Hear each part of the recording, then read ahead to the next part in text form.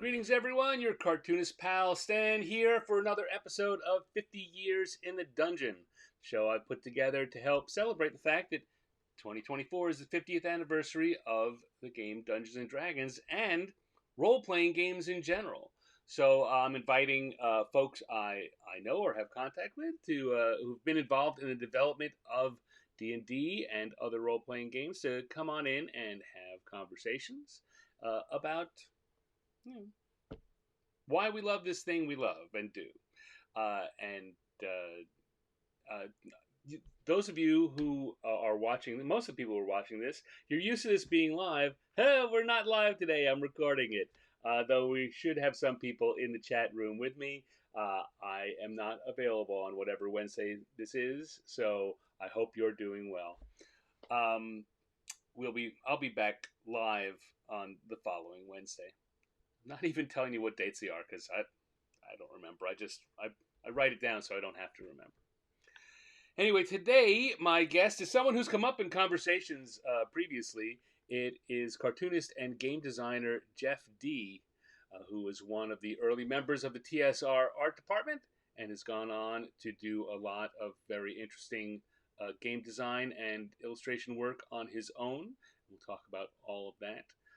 I won't say too many other things because you know how my brain is. I'm likely to get them wrong. Better just to bring Jeff on in and tell you his story himself. So here we go. Hey Jeff. Hey everybody. Thank you for coming on. I appreciate you taking some time to do this. Yeah, glad to be here, Stan. Thanks for asking me, man. So again, I gave a very brief who are you, but when you introduce people and they say, "Well, who are you? What have you done? Why would I know your name? What's the answer to that?" Artist and game designer. Got my start in the very early days of Dungeons and Dragons. Not the very, very, very, very earliest, but I was there within the first several years. Illustrating stuff as far back as first edition AD&D. Mm. Um, and uh, so what what was your introduction to the game itself? How did yeah, I guess that's I could tell you exactly. So I had two older brothers, hmm and the eldest was in high school, and he was in a gaming group doing various kinds of games. But one time, I very clearly recall riding with in the car with my mom to go pick him up, and he was at a friend's house who had you know, a, a, a screened in front porch. And up there on the front porch, they had a table, and there was a ref screen, and there was a big grid on the table, and there were miniatures, and there were the weird dice. And I, later quizzed him, what was that you were doing? And he told me about this game. And I begged and begged and begged to make him bring me to the next one where they didn't play D&D, they played Chainmail, which was the wow, slightly earlier miniatures, medieval miniatures combat, right, uh, tabletop miniatures game that had a fantasy section to it. And they put me in charge of one knight and a group of soldiers, and I promptly got all of my men killed.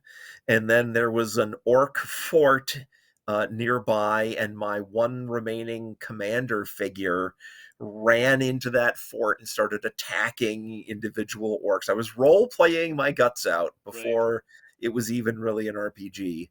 And that was my earliest exposure. The most amazing thing about that memory to me is that it essentially hasn't changed. The hobby has been game master, screen, right. tabletop, players sitting around it, rolling the dice since the beginning. I don't know. It's not like I expected it to change, but um, that hobby emerged so full blown at Yeah, the very beginning, it just kind of amazes me.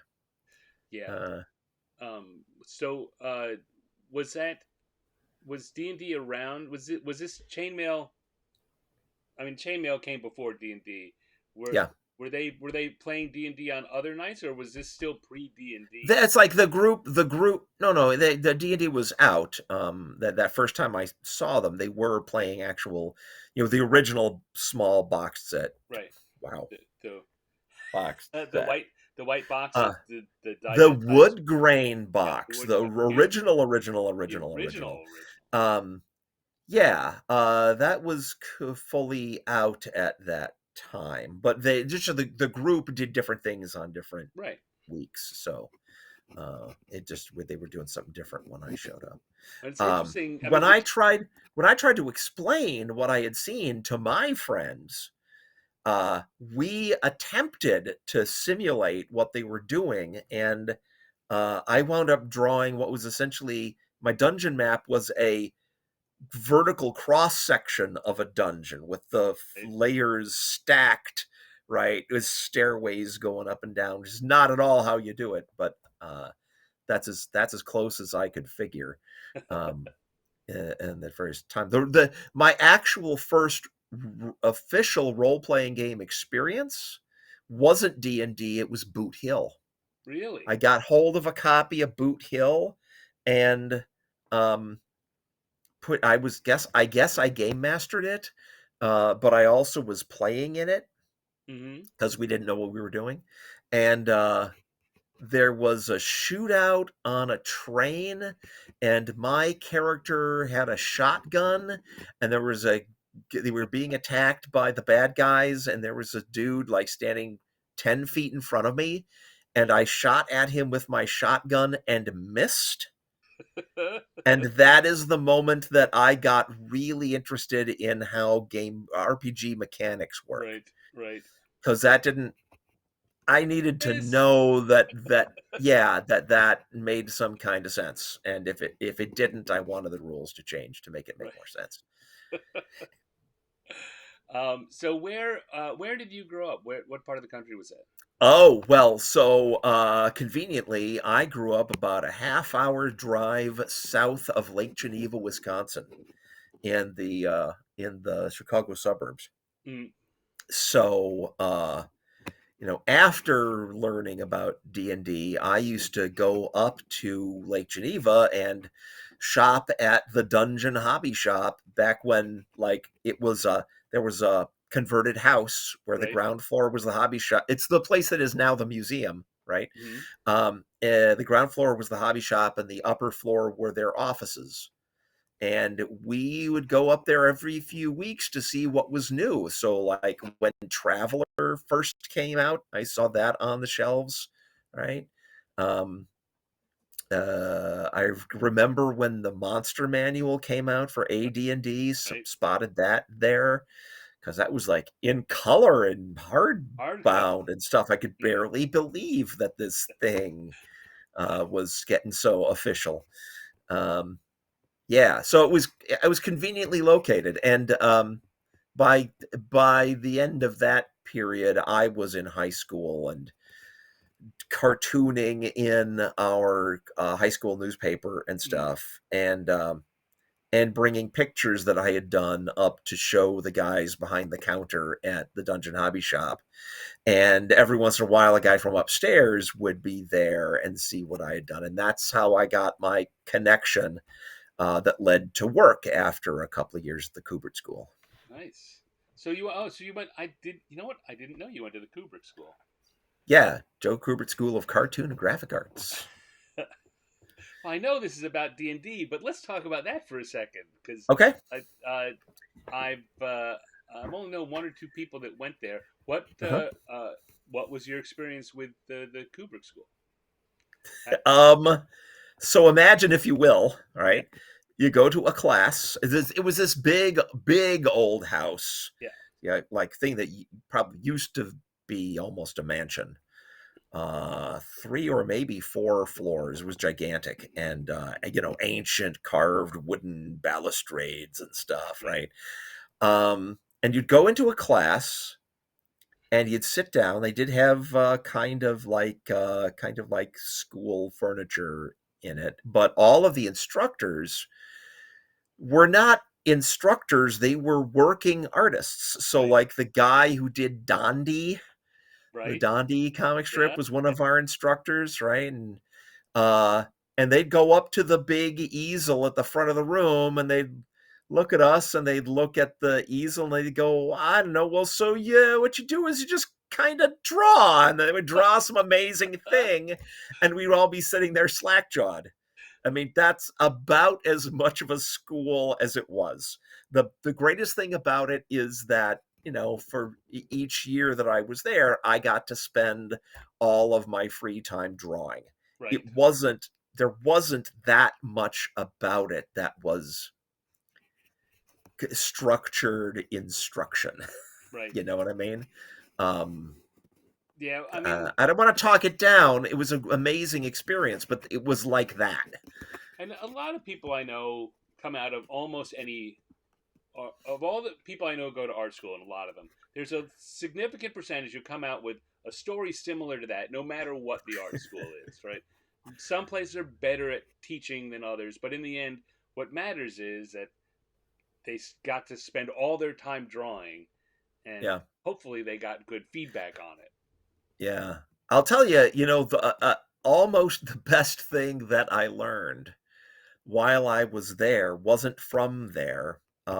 One day I was at the local mall with my sketchbook, Hmm. and I was sketching, and a random stranger came by and saw what I was doing, and quite kindly suggested that I pick a line, right? I was doing scribbly kind of figures, right? Like I wasn't committing. And you may have noticed I eventually got a very precise Yeah. line style. I I was also heavily influenced by the John Byrne Hmm. is it Terry Austin, the Very inker? awesome. Yeah. Yeah. Byrne and Austin days on X-Men. That's what I wanted my stuff to look like. Who But I was think, and to a large extent, I wanted my stuff to look like that because of what this random stranger had said to me in a mall. Um, huh? that had a lot to do with how my stuff turned out, I think. Um, awesome. All right, I'm gonna keep this conversation from becoming a comic book conversation because I Okay. could go there. But so you did. How long were you at Kubrick? Um, Kubert. Kubert, sorry. Kubrick is the movie guy. Yeah. No, I know. Like I said in my I intro, my brain I doesn't always stayed work there. that I'm way. remembering now. I stayed a year and a half of a 3-year course, Hmm. leaving in the middle because I got a job at TSR. Okay, Right. so how did you It's get like, why that? do I need to spend any more money learning how to do this stuff? Somebody will pay me to do it now. Right. How did that offer come through? So clearly you had the connection um. through the store. Uh. So. Uh. That's also a fun story. All right. Um. You know what? I'm going to start drawing while you tell that story. Cool. Go ahead. Um. I also I was in New Jersey, or the Joe Cooper School is in New Jersey. Well, um, Stony Brook, Long Island, where Fantasy Games Unlimited was located, was not that far away. Right, it was a short Yeah. train trip, through New York to get out there. And Jack Herman and I had at a recent Gen Con showed our first version of Villains and Vigilantes Mm-hmm. to Fantasy Games Unlimited, and they were interested, so they were publishing our game. And the cover of first edition V&V was drawn in part at the Kubert School, Okay. um, and illustrations. In fact, in the first edition V&V, there are some cartoons about a character called Super Zarny. That those were drawn by my best friend at art school, Pete Matthews, who has Okay. gone on to he's gone on to make a career in greeting cards, and he's Oh, hilarious. So uh, so I was doing that work with Fantasy Games Unlimited on Villains Vigilantes, and I had pre-existing contacts at TSR, so I wrote to them, to Gary Gygax, I guess it must have been, letting him know where I was and what I was doing. And I got this terse letter back from Gary saying, well, if you're working for some other company now, then maybe you'd best just continue with them. um, which it's just a little disappointing. Um, and and then I returned home on a summer vacation and took my stuff up there and met with Dave Sutherland, who was the actual art director, and he hired me. right. After it was a year and a half of a 3-year course, and I quit the school and I went to work. And Gary and I never discussed it any further. He was, by that point, the creative offices were in downtown Lake Geneva, on the upper floor of an actual storefront that was now the Dungeon Hobby Shop. Right. And the business offices were in the big warehouse that they built out on the edge of town. So I hardly ever even interacted with Gary. The one time was when I think it was Minifigs had the license to do the official Dungeons and Dragons miniatures, and Right. that deal ended, and so uh it was deemed necessary that some of the D&D monsters had to be redesigned in order to make the minis that Minifigs was selling no longer accurate to D&D. And I was involved in redesigning the orcs and kobolds and hobgoblins and things, and I took sketches over to Gary at the warehouse for approval. But we never, I don't think he even probably remembered having been mad at me for for daring to work for Right. someone else, even though I wasn't his employee. some I was some snot-nosed kid that he'd seen my stuff one time. Um, Well, I mean, so what was the question? That yeah, story wandered around a bit. that certainly answers Okay. the question. Uh, How you came to be so employed there. But I mean, oh that yeah, is, I yeah. only Dave ever, Sutherland hired me. He was awesome. Love yeah, Dave Sutherland. yeah, he was. Um, Uh, I only ever interacted with Gary in before I came to work there, and in super brief, yeah. like fan encounters. It, But everyone I've talked to, who that kind of reaction from Gary sounds exactly right. Right? Yeah, you have no well, reason I to be mad about that, and yet he's going to be that way. well, yeah, I have a lot of sympathy for people who suddenly are successful, Yeah. because there's a ton of pressures on them. I mean, I don't really, I'm not mad at him or anything. No. No. And Well, I have no ill feelings, and I did still go there and take the right. job, No. you No. know. I mean, I'm um, sorry. I didn't mean to make it seem that way, but it's just some sure, people and a lot of people who are friends of mine who yeah, they just their initial response to situations can be more terse than required, but that's just yeah, how they deal with the world. yeah. And also, I mean, we can kind of maybe ease into the whole hobby end of this too. Mm, The thing about the role playing games idea, yeah. is that it did not ever have to be Dungeons and Dragons. You know what I mean? Right. Once the idea's out there, it's like, imagine there was a first board game, Right. and it introduced the idea that you could have games on boards with pieces that move around. And then everybody else in the universe is now capable of making games with boards with pieces that move around. Right.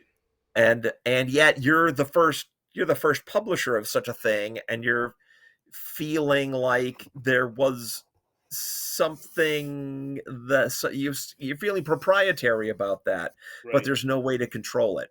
That has to have been rough. Um, Yeah.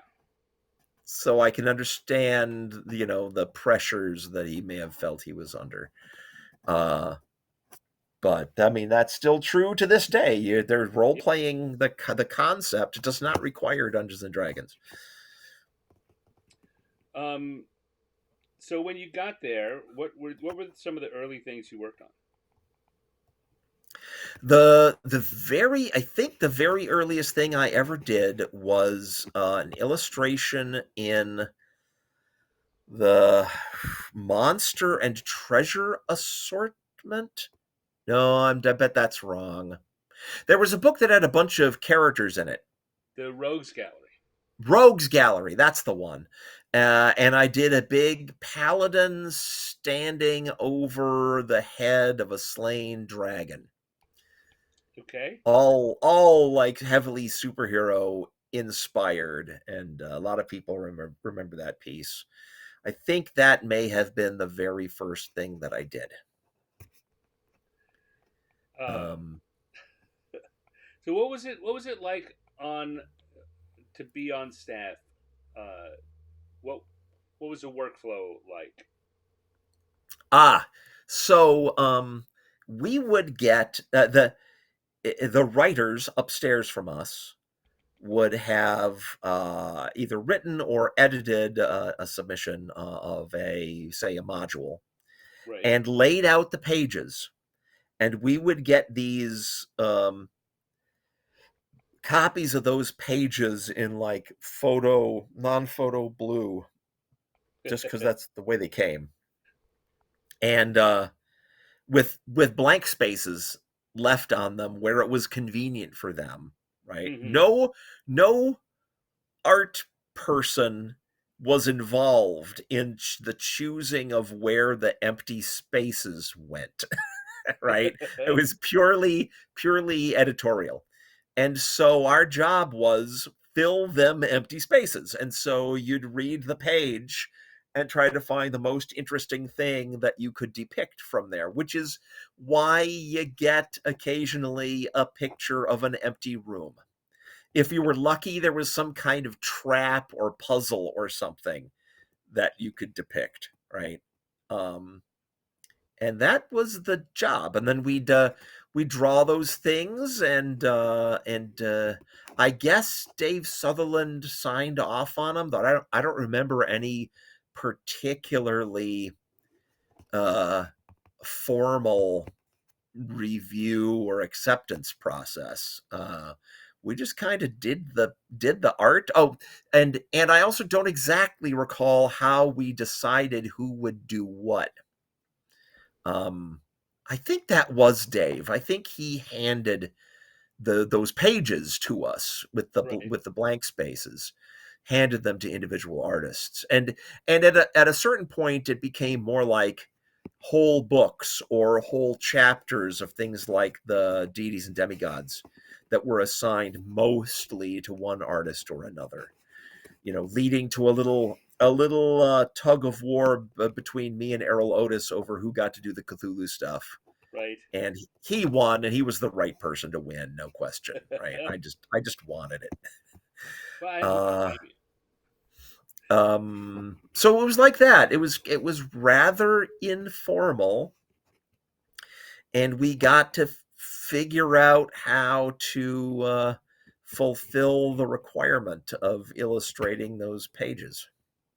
Yeah, when Steve Sullivan, when I was chatting with Steve, he was saying a similar thing, and it just blew my mind.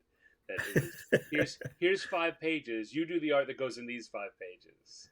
While we Yeah, were working on that, they finished 5 more pages, so they go to Steve or to Errol or to whoever was next in line. yeah, yeah, yeah. And given how much care they take to uh, prep what has come, how far this has come in the 50 years, Oh yeah, super corporate now. yeah, My goodness. yeah. Um, Though I have to say, I mean, I recently did some magic cards. Yeah. when Wizards finally got to the point of saying, "Oh, we've got Dungeons and Dragons and we've got Magic the Gathering. Let's bash those together," right? And wisely, in my view, hunted down some of us old timey illustrators to do cards and in for the first time in a black and white line art style. Yeah. And and they, I mean, they sent me a bunch of very formal, like, visual reference, like, here's the official way that a goblin looks now, Right. which was fine. Um, but other than that, it was rather hands off, and there was only one instance where there was ever any back and forth between me and the art director, and that's when they told me that they had changed their minds about what they wanted.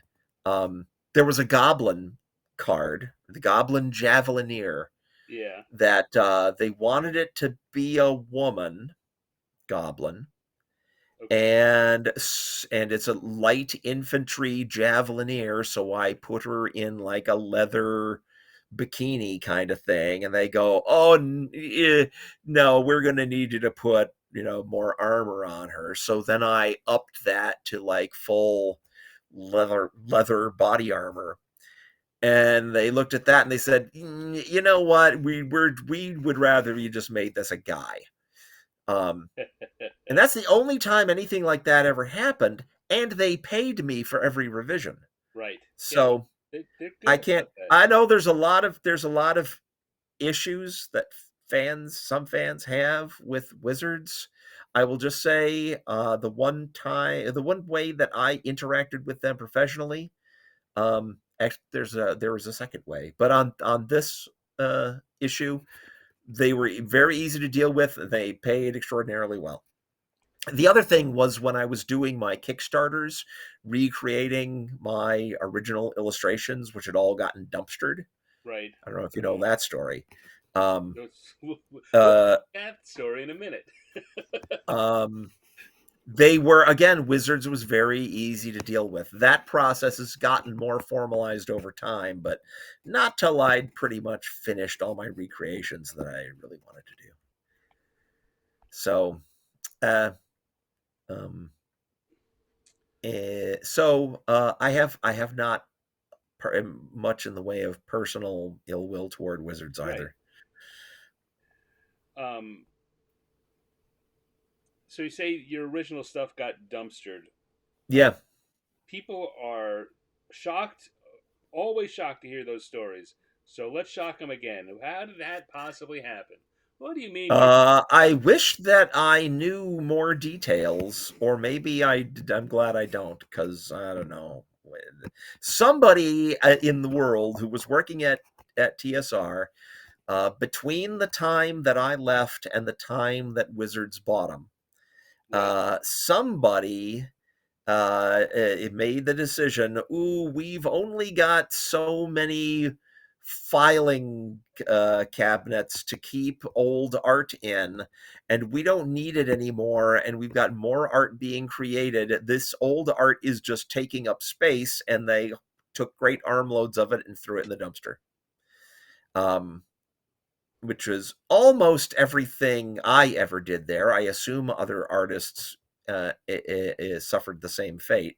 Right. um, I know that some pieces of mine survived. Like, there's a painting of a warrior in a yellow tunic lying on his back in a spider web with little red spiders all over him, Right. from the back of one of the modules, that still exists. Somebody rescued it and they framed it and have it hanging on their wall. I know because I've seen a photo, but I don't know who has it, and I don't care. Right? It was work for hire. Um, Yeah. but but there came a So time in my life when, this was, um, mid '90s. The economy did a nosedive, and I was down here in Austin, Texas, working as a designer at a computer game company, and that company fired all of their entire design department, including me. And suddenly I had no income, and I nearly lost my house Yeah. for not having money. But the first one of my Kickstarters that I ran to recreate those lost originals and sell and ship prints to the Kickstarter backers Right. uh, did really, really well, and I saved my house. Oh, Um, so that's the I good story. I think that Oh, was the Elric one. right. Uh, yeah, the Deities and Demigods Elric stuff, which was Um, tricky too because I had to get permission not just from Wizards but also from Michael Moorcock. Neither of which was willing to insist that they alone had the rights to those things, but both of which were willing to uh, say, we don't mind if you recreate it. So, so all of the stuff you did at TSR, yeah, you were on staff, so it belonged to TSR. yeah. Yeah. Um, and I mean that's the kind of Oh, thing. and the way that I found out that those pieces had been destroyed is that shortly after Wizards took over, they contacted me and they said, our policy here at Wizards of the Coast is that originals get returned to the artists. Right. So we just want to make sure we have your contact information correct so we can ship you all your stuff, right? Excuse me. And then months and months and months went by, Uh, and I reached out to them and said, "What's the deal?" And they said, "Oh, we're sorry, we didn't get any of your stuff. It was destroyed." yeah. There's a bunch of. I mean, so I was at TSR at the end and into the Wizards years, and there were throughout the time that I was there, the first time I was there continued to be months where they would find a bill would come due for a storage locker in Wisconsin, and they would say we Hmm. don't want to do this anymore, and so everything that was there would get out to Seattle, and we would Hmm. find stuff that we thought was lost. Oh. This continued to happen. Uh, I, I was there until Excuse me. 2002. I went away. I wound up working uh, for Upper Deck and then doing freelance, and then coming back. I came back in 2011 as a contractor, and there were still two more times when they found large caches of D&D stuff in Wow. somewhere in the Wisconsin, northern Illinois area, and it Yeah. would get shipped back. it just the TSR's policy seemed to have been, when we're done with it, we'll rent a storage locker and throw it in there, and somehow we'll magically remember where it is, which was not true. They never remembered where any of it was. Yeah, I don't know anything about that end of things. That was all over at the warehouse building. Yeah. And also years after I left. I mean, Um. So I heard, and I've heard several people tell similar stories about how you came to leave TSR. ah, Um, Certainly, all of them, to some extent, are, well, Jeff got laid off, but a lot of them are, but but he goaded them into it. so it wasn't, What's your memory of this? This first of all, these it's not just special me. It was definitely are me you and and Bill Paul Ritchie. and Bill Willingham, right? Um, Maybe not, yeah, must have been. But also Paul Ritchie and Evan Robinson from the right? design department. We were all um very unhappy at how corporate things were starting to become.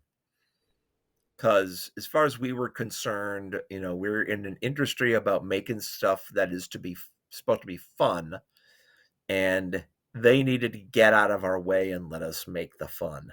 Right. Um, so um,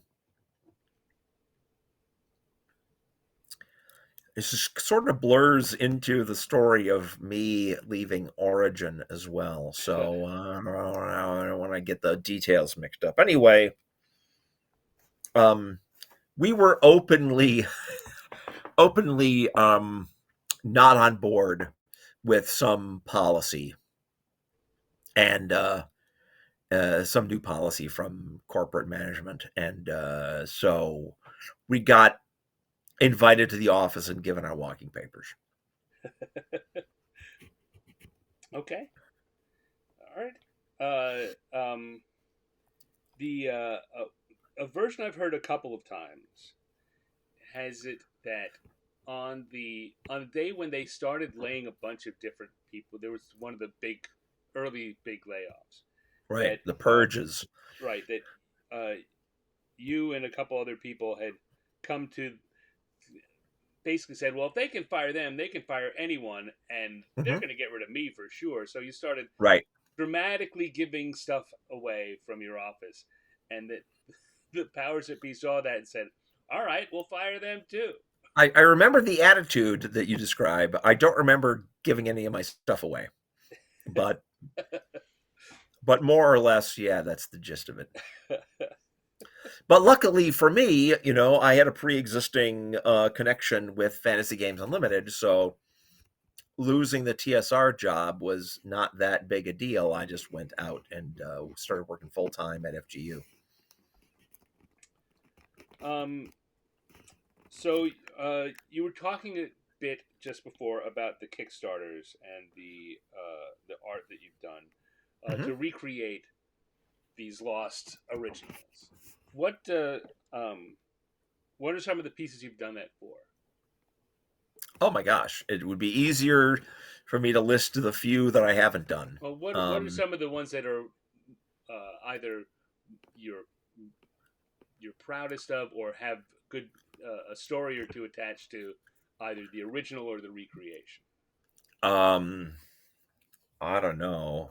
Um, That you want to share? uh, I don't really have any stories about that. It was good, solid work, and it paid my bills. Um, All right, fair enough. uh, yeah, I don't really have anything for Sure. you there. Um, Uh, yeah, an interviewer can dream. I can tell you. I can tell you this. One of the neat things about doing those recreations was that, um, like, if you go through deities and demigods, Mm-hmm. there are blank areas in the pages of the original deities and demigods where there's an illustration could have gone there but didn't, or a lot of the deities just didn't get pictures, Right. and that was entirely because there are only so many artists on staff and so many hours in the day. So what I was able to do is, as stretch goals on those things, I did the illustrations that I would have done That would have had done there the been stuff. time for those. I have got Bess, the god of luck from the Egyptian pantheon, hanging on the wall here in my office, well, my game room. See, you do have stories. That's a little something, I guess. Um, So I got to do a lot of that kind of stuff. That was neat. Um, uh, there were some in one of the modules on the pages that have the maps. There were some tiny little figures like dropped in there, which had been created because there was a a little thought at one point that TSR would publish paper stand-up minis, and right. those were some pieces I had done for that. But that idea didn't take off, and so instead, those little things that would have been stand-up minis became tiny little illustrations. Well, when it came to doing them for the Kickstarter, I made them large and detailed and stuff. Hmm. So things like that, I was able to bring a little bit more to it. But that was a tricky thing to work on, because you want to give people what they remember, but also it had been 30 or 40 years since I'd done the originals, and I wanted to bring a little more to these things because I thought I could do some things better. So it was always a balancing act. How much better can I make this without it being unrecognizable? Um, can you think of one of the ones that uh, where that became an issue in Well, particular?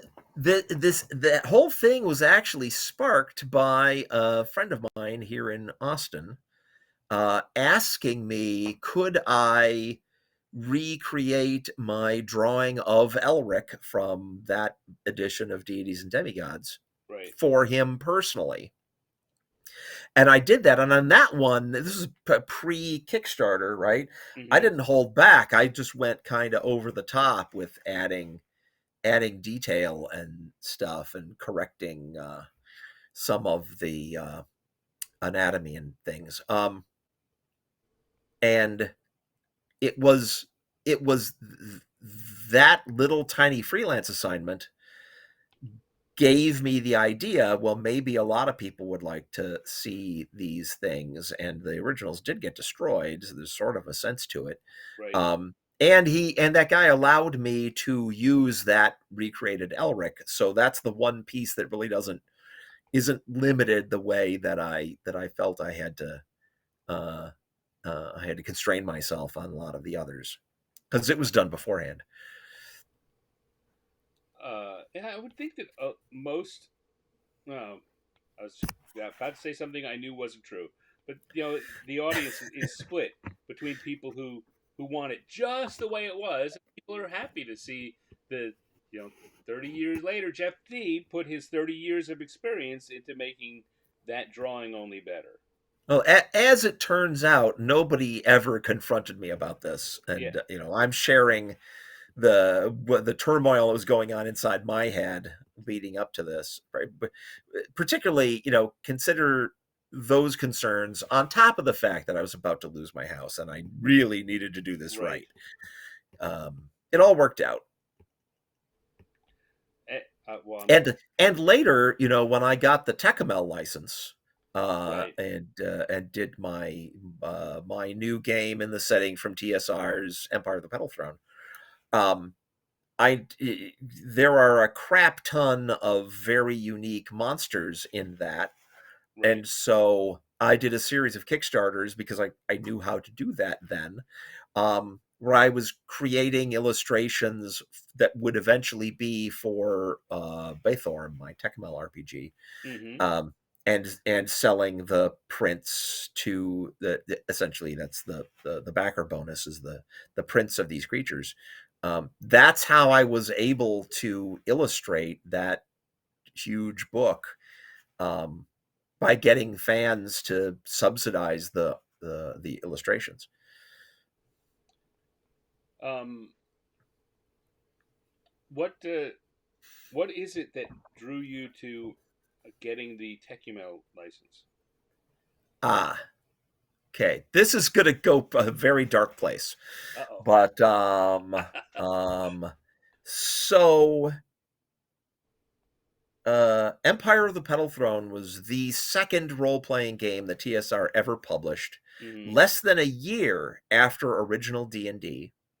Um, Original D&D had made it to Minnesota and was being played on campus at University of Minnesota. I'm not sure what the name of the school is. Right. And there was a guy there who was a longtime tabletop miniatures gamer who found out about Dungeons and Dragons and had been working on a science fantasy setting that he wanted to write novels in for decades. He'd been working on these things. Mm-hmm. So his gaming group, one day they were playing Dungeons and Dragons, and he goes, well, I've got a more interesting setting for this. And he basically wrote what became Empire of the Petal Throne, a very original D&D inspired RPG, but set in on his science fantasy planet Tekimel. Pardon me, I've got a cough. Go ahead. I'm really sad that I've run out of root beer. So, that was very, very early days, and I mentioned that my eldest brother was the gamer of the family, Mm-hmm. and he went off to college, and he took the entire role playing game collection with him, except Ooh. for Empire of the Petal Throne. So that is the game that I cut my teeth on as a GM. Oh, wow.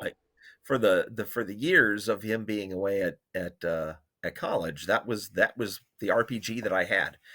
And so I developed a liking for the setting and so on. And when years as the years went on, and I got more and more into the game design myself, um, kept wanting to improve the mechanics to Empire of the Petal Throne, and eventually, just for my own purposes, I was I had a pretty uh, solid adaptation of Empire of the Petal Throne, or conversion of Empire of the Petal Throne, to my Pocket Universe system, Okay. and so that years had passed, and TSR was no longer publishing it, and there had been a couple of attempts by other companies to do Tekimel based RPGs, all of which fell right over on their faces and died. And so I contacted MAR Barker and said, "I've got I've got another adaptation of your setting Right. with these rules, and are the rights available?" And he goes, "Well, um, right now we're in the process of setting up the Tekimel Foundation, which is going to manage the rights to all this intellectual property, and so I'll have them get back to you when that's all set up." And then he died, Mm-hmm. and I did get contacted by the Tekimel Foundation, and the process continued until I completed the game and got a contract with them, and went through all the illustrating and stuff, and published that, which I'm very proud of the work that I did on it. And my spouse wrote the Kurt Hills Atlas, which is a incredibly detailed, um, like hex crawl worthy section of the Empire of Tsolyanu, with tons of detail. You can finally really run a Tekimel campaign without having to absorb all of the world detail first, which has always been one of the problems with the setting. Right. And everything was going great until it came out that MAR Barker, creator of Tekimel, was a fucking Nazi. Yeah, that. I mean, I don't mean a uh guy you just don't like kind of Nazi. I Right. mean a guy who was on the editorial board of a Holocaust denial journal, and guy who secretly wrote a science fiction novel under a pseudonym about the heroic underground Nazis and how they were saving humanity when they reemerged from the shadows in the near future. Yeah. That kind of Nazi. A Nazi Nazi. So I now share a design credit on the cover of Bethorm, the Plane of Tekimel, my Tekimel game, with a literal Nazi. And just imagine how much fun that is. Yeah. So that's where it would go. It's super dark, right off a cliff. Uh, we have not produced any more Tekimel material since that happened. But I can't bring myself to kill off the game Bethorm, because Manda, my partner, Mm, did amazing work on that Kurt Hills Atlas. It's like, I think, one of the finest gaming supplements ever to have existed. And I can't see her going back and retroactively wasting all of that effort just because the creator of the thing right. turned out to be a reprehensible asshole. And But it's rough, man. I mean, I totally sympathize with the Lovecraft fans about him being Right. you know, a fascist, but Lovecraft at least had the excuse of being a fascist before World War II.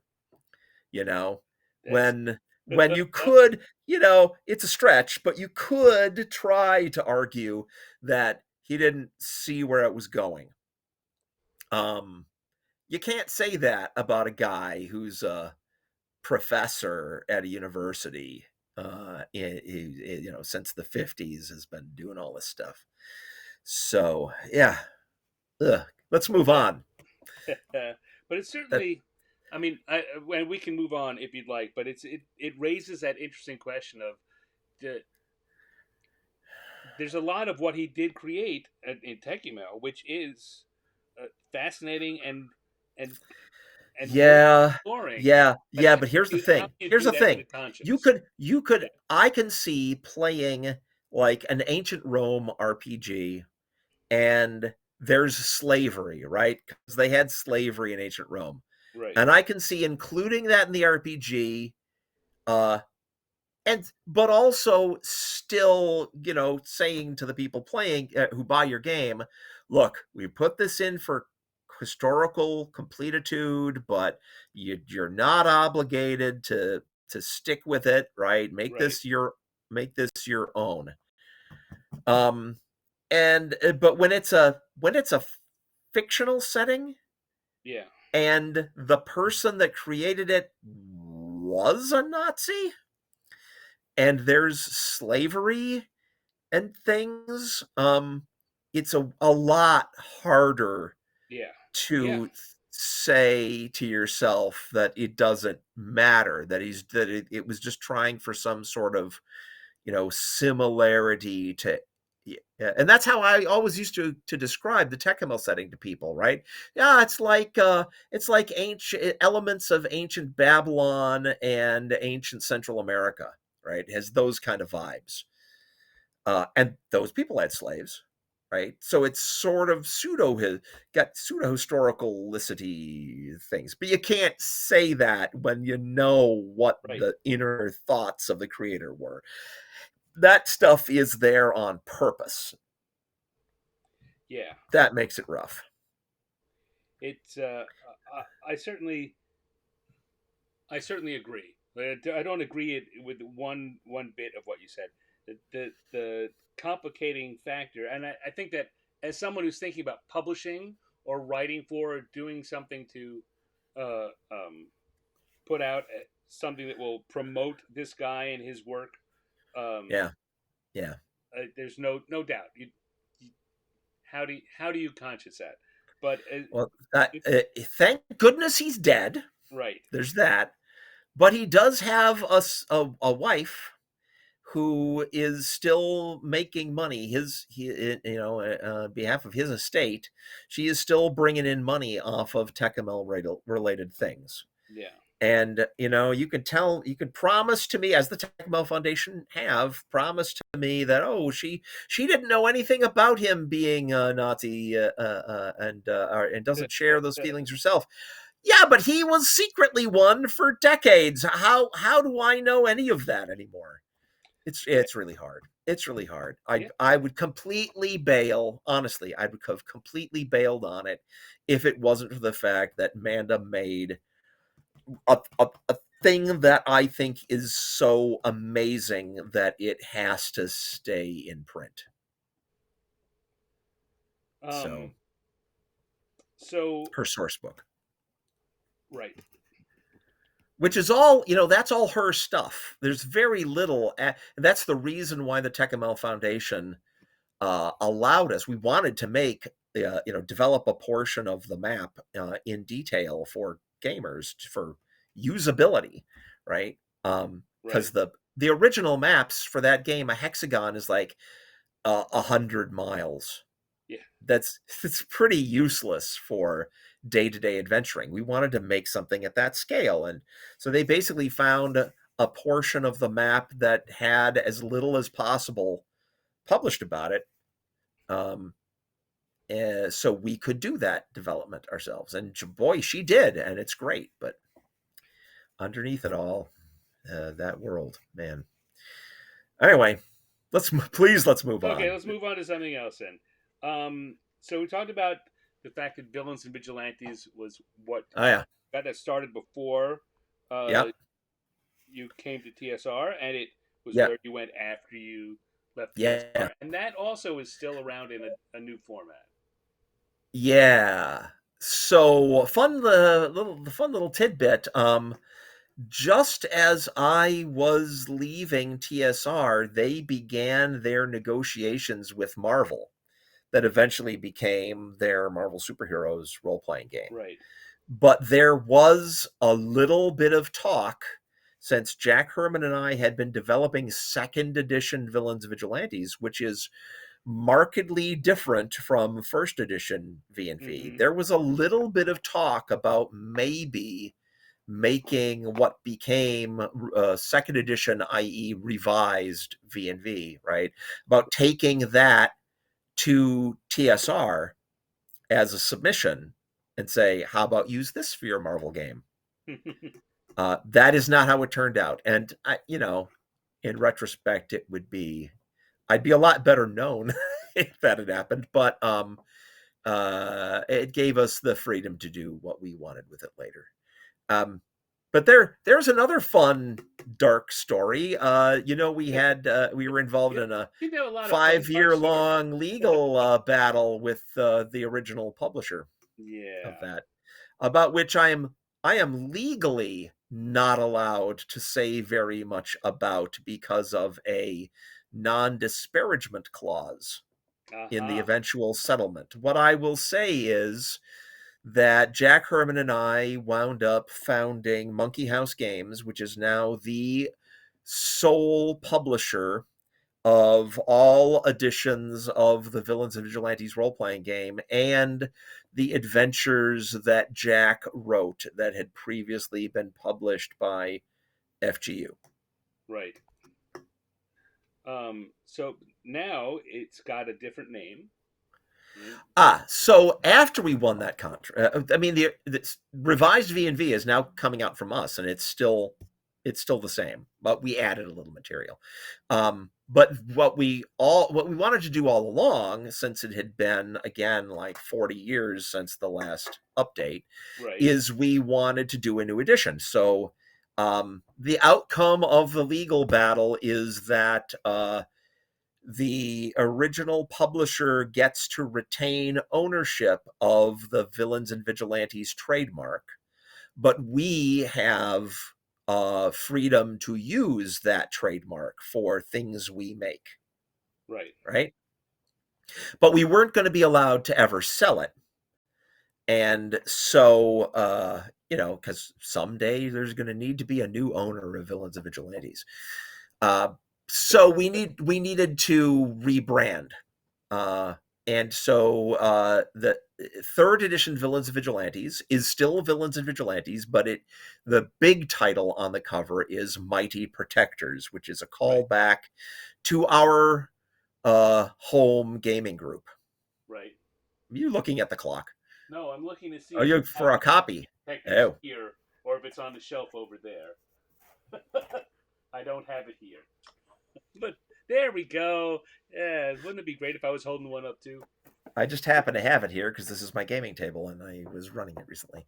Um, Mighty Protectors, which is I think the greatest heights we've gotten to with superhero RPG design. Um, yeah, so it's both Villains Vigilantes and Mighty Protectors in the same way that second edition is also revised. It's just different names for Right. the same thing. And so now that's coming out through Monkey House Games, Uh-huh. and you have additional material coming out for it at fairly Well, regular. so we have already published adventures and a World War II source book called War Heroes. Mm-hmm. That's War Heroes is actually the playtest campaign that our good friend Brian Adams ran while we were developing third edition, all during the legal battle. Um, at the end of all that, he took his notes and we hammered them into shape, and that is now the World War II source book. So that's out. I am currently working on the Monsters source book, where you play a heroic monster. Mm-hmm. And Jack is writing another adventure, and um, we've got a guy working on a science fiction source book, which will Sweet. expand the outer space stuff a lot. As you and when we were talking earlier, you were earlier in this conversation, you were saying that the first role playing game that you played was Boot Hill, not D&D. I can't say that Villains and Vigilantes was the first role playing game I played, but it certainly was the one I played the most in my early days Huh? of gaming. So, Ah, glad that you enjoyed it.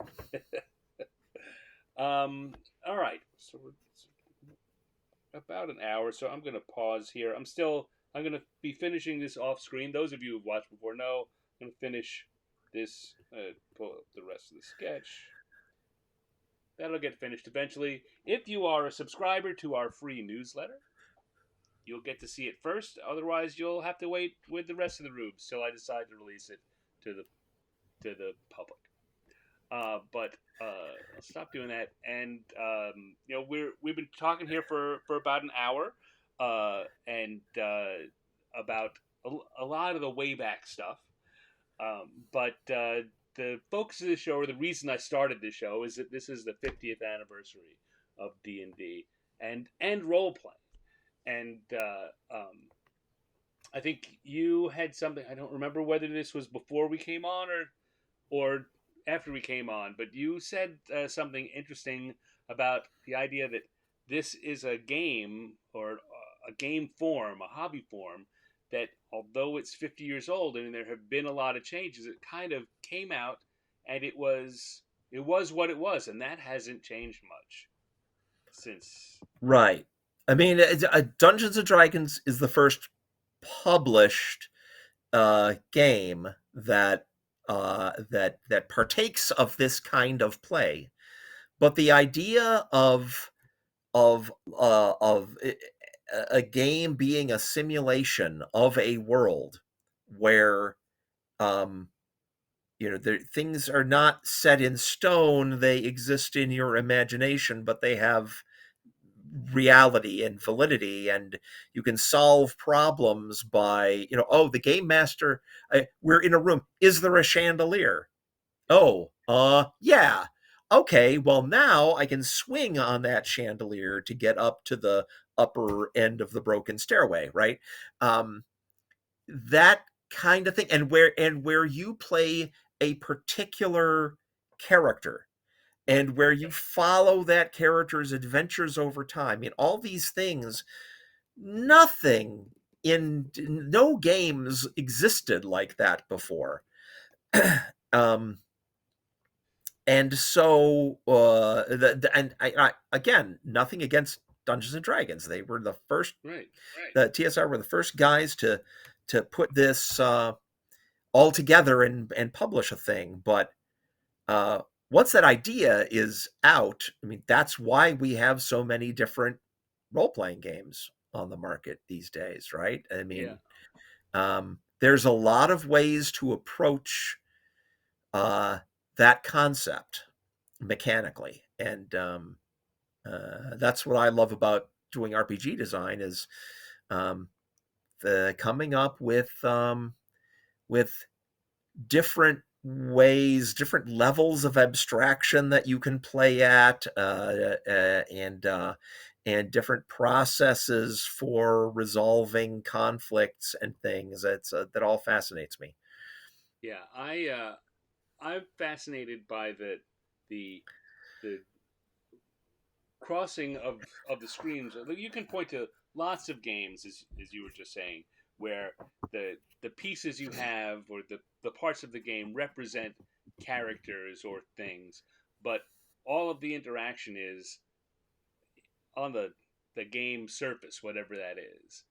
Th- Right, This is this format, starting with Dungeons and Dragons and is going way out beyond that now, is the first iteration, I think, where what that character thinks or feels has impact on the game. Right? You could right. move your chess pieces around and make funny voices about them, but in the end, they're just going to be chess pieces. Right. Right. And you can't, I mean, you're for playing chess. Yeah. The rules of chess are the rules of chess. You Right. can't say, oh, well, my pawn here picks up a rock, because surely there's a rock on the ground where he's standing, and flings it, a couple of squares over there to bonk the enemy queen on the head. You Yeah. just can't. But you can totally try that in an RPG, Yeah. right? And that to me is what's amazing about them. Now, I don't know how familiar you are. Have you seen any of the? I mean, there's some documentary films that have examined the origins of role playing. Mm. It can be traced back through Dave Arneson's gaming group and Dave Wesley, who got concepts from a tabletop miniatures game used by the military to train officers in the Right. 1800s, where the thing that was in that 1800s game is the idea that there's a referee who lets you try things, Right. and it took it from the military miniatures where it's just the tables of odds and the dice, and then that's what happens, into, well, no, you can come up with ideas outside the bounds of the mechanics and try things. And David Wesley took that and he did his Brownstein games. Mm. That's named for the fictional setting of the first one he ran, where it wasn't uh, it wasn't so much like Napoleonic armies in battle against each other, but a town with a bunch of different forces, and each player controlled one of these little forces, and you got to try things. And in one of his games, two players decided that their leaders needed to duel one another, Mm. and boom, you got an RPG, right? Because now you've got a situation and you're individuals and you're going head to head, right? um, that that really is the starting point of modern RPGs. And Dave Arneson took that and expanded it into his Blackmore game, and then Gary Gygax got hold of it and expanded it into Greyhawk and his things, and got it published. So it really, I mean, but it's amazing that we're in this hobby that didn't really exist Right. before 50 Yeah. some odd years ago, and that's pretty great. Um, uh, I have some criticisms of some of the directions in which people have taken the concept since then, or the less criticisms and more just uh, um, there are people who think that what role playing games are really about is telling a story, Mm. and I reject that approach. You get a story, no question, but an explicitly story game puts story front and center, and the goal, rather than to have an adventure, the goal is to have a satisfying story. Mm-hmm. And I think those are incompatible. And I don't mind the existence of story games. I just wish that we could tease them apart, and those of us who care about adventures work on, focus on making role playing games that are better at that, and the story game people can focus on games that are better at that. That's how I feel. I I I don't disagree. I think that's what the market kind of is doing, right? You have games that do that. And the thing is, Well, we'll the fight about mark one being right and one being wrong, and that's where like where my complaint is that the market isn't doing that. Um, that any RPG which gives players s- special mechanics that they can use to modify game events outside of the bounds of the simulation, just because they've got those points that they can use to influence things, you're moving towards story games. right, And I totally understand the appeal, right? Just the sheer selfish appeal of players wanting to be able to make it so their character doesn't die at a certain point, right? I get that. But it has gotten to the point where it has been years since I've walked into a store and picked up a new RPG that did not have some form of that thing in it. And I I get into a lot of trouble on Facebook being all right, vocal about my feelings that that is just fundamentally opposed to what was great about this new kind of hobby that got created 50 years ago. It's that is a fine thing to do if you want to do a different kind of thing, which is gameize the process of making stories. That's a fine other kind of thing to do. I right. I I do not believe that it is a you got your chocolate in my peanut butter and therefore it's great kind of thing. Anyway, All um right. So there's a bunch of controversy. That'll get you a lot of I, you know what? I comments don't find that on this controversial. post. I think the big Oh, just wait. controversy. No, I see the biggest controversy to me is that uh, I look at it and I do see both those things out in the market, and I personally I don't go in for the big time storytelling games either. I don't like. Uh, I don't enjoy them as much for a lot of the reasons you're saying. I like the adventure version of what's going on rather than the craft a story version. I don't exclude it entirely from Which doesn't make it better or right, worse, but right. there are different tastes, and Yes. I do not feel that the industry right now is catering to all tastes. I think the industry is right now is catering to one of those two tastes, which happens to also partake of a lowest common denominator kind of, ooh, in this game, if things don't go my way, I can make them go my way as a player, as opposed to my character can do certain kinds of things, and if they can't succeed within the bounds of those abilities that they have, then they face the consequences, right? Those are different. All right. uh, ah. Put up your dukes. Uh, all right. I Well, don't I don't want to fight. I right, want the story gaming people to just move exactly. aside and to have your own separate hobby, please. I don't know. I mean, Instead of turning this thing with a 50-year pedigree of doing a particular new kind of game, instead of taking that over, which is how it seems to me. all right. It does. I see that. I don't know. I'm trying. I'm drawing out an argument we don't want to have. I think we basically agree on this. That they're two separate things, and they should both agree. And you should have your peanut butter if you like your peanut butter, and your chocolate Sure. and mix them if you like that too. Yes, yes. Though when you mix them, you have now got peanut butter Yeah. because Now you're playing a game that is about having peanut butter instead of a game that is about having chocolate. All right. Well, Jeff, we've gotten to the hour. I know you have some place to be today. Thank you very much for coming and Thank you so having much, this Stan. chat This was with me. fun. I haven't put this up. We talked about it a little earlier. Monkey House Games is one of the Yes. places to find your stuff.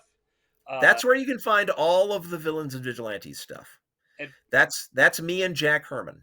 well, Now, my finally, my my partner Manda and I yeah, have another company, Unigames. Unfortunately, our website is down right now. But if you look for Unigames on Drive Through RPG, right. you'll find all our stuff there. Or if you go to the print on demand place, lulu.com, and search for Unigames, you'll find us there. We make a bunch of different RPGs. We have the award winning Paleolithic role playing game, Cave Master. We have Baythorm, which got a certain amount of discussion tonight. Quicksilver, which is our fantasy RPG. And I'm probably forgetting more that we've Are you got. still All kinds of great things there. putting TWERPS stuff into the world? No, I sold the TWERPS rights years ago when I thought I was done with being in the paper games industry completely. I landed this cool computer game industry job, and then a couple of years later got laid off. And Mm. so here I am back again. But I sold the TWERPS stuff to Luzaki. Oh, okay. So game Um, science has that now. all right. Thank you, Jeff. Hold on. I'll do an outro, and then I just want to have finish our little chat. But thank you again. I will put links to all these things in the show notes. Monkey House Games, though, is there on the screen right now, so write it down if you're looking at this. Thanks, Jeff. All right. Well, so there's another fun conversation. Um, you know, Jeff, I think was a little worried that he was causing controversy at the end. I don't think so. If you think so, leave us comments. Uh, I want this all conversation to continue. If you are enjoying this show, please, please, please subscribe to our free newsletter at 50yearsinthedungeon.substack.com. That'll let you know who the new guests are, and you'll get to see the art that, like the one I've been working on today, when it's finished. Subscribers will get to see it right away before it gets in the pipeline to get revealed to the world later on. There are also paid levels. I don't push that as much, but their paid levels will get you some extra behind the scenes stuff and some discounts on the merch that I'm doing for the show. So thank you all for tuning in. If you're watching this, well, we've had a couple of people in the live chat, though they have not been talkative. There have been people watching us live. If you're watching this now, it's recorded. Next time I will be live. We'll be back, be able to interact. So until then, thank you very much and take care. Bye.